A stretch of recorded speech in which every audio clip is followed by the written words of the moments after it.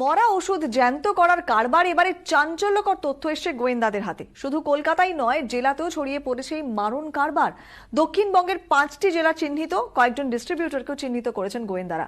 কিভাবে অপারেট করতো এই চক্র, ক্যানিং স্ট্রিটে ছাপাখানার ধৃত কর্মীকে জেরা করে তারই হদিশ পেতে চাইছেন গোয়েন্দারা।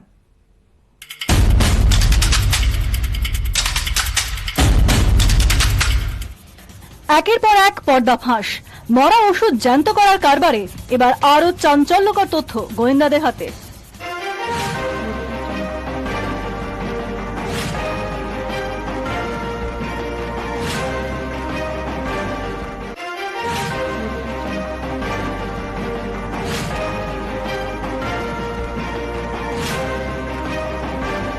কিভাবে মরা ওষুধ জ্যান্ত হতো, কিভাবে সেই সব ওষুধ বাজারে চালানো হতো।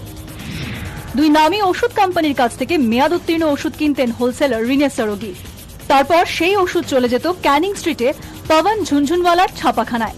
সুকৌশলে ওষুধের স্ট্রিপ বা শিশি থেকে নেল পলিশ রিমুভার দিয়ে মুছে দেওয়া হতো এক্সপায়ারি ডেট। নতুন তারিখ দেওয়া মেয়াদ উত্তীর্ণ ওষুধ ছাপাখানা থেকে ফিরে যেত হোলসেলার রিনেশ সরোগীর কাছে।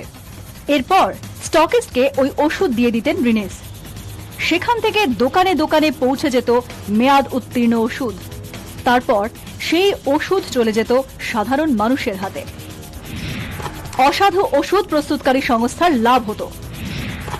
মরা ওষুধকে যারা জ্যান্ত করত তাদেরও লাভ হতো। ক্ষতি হতো আমার আপনার মতো সাধারণ মানুষের।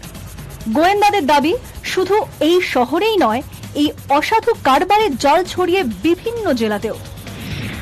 মূলত 24 পরগনা, হাওড়া, হুগলি ও বর্ধমানে ছড়িয়ে পড়েছে এই মারণ ওষুধ।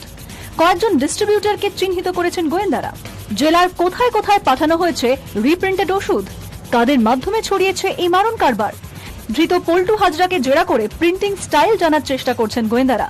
প্রচুর ওষুধের মধ্যে ঠিক কোন ওষুধ রিপ্রিন্টেড তা জানার চেষ্টা চলছে। গোটা চক্রের জাল কতদূর বিস্তৃত তাও জানার চেষ্টা করছেন গোয়েন্দারা। ব্যুরো রিপোর্ট, 24 ঘন্টা।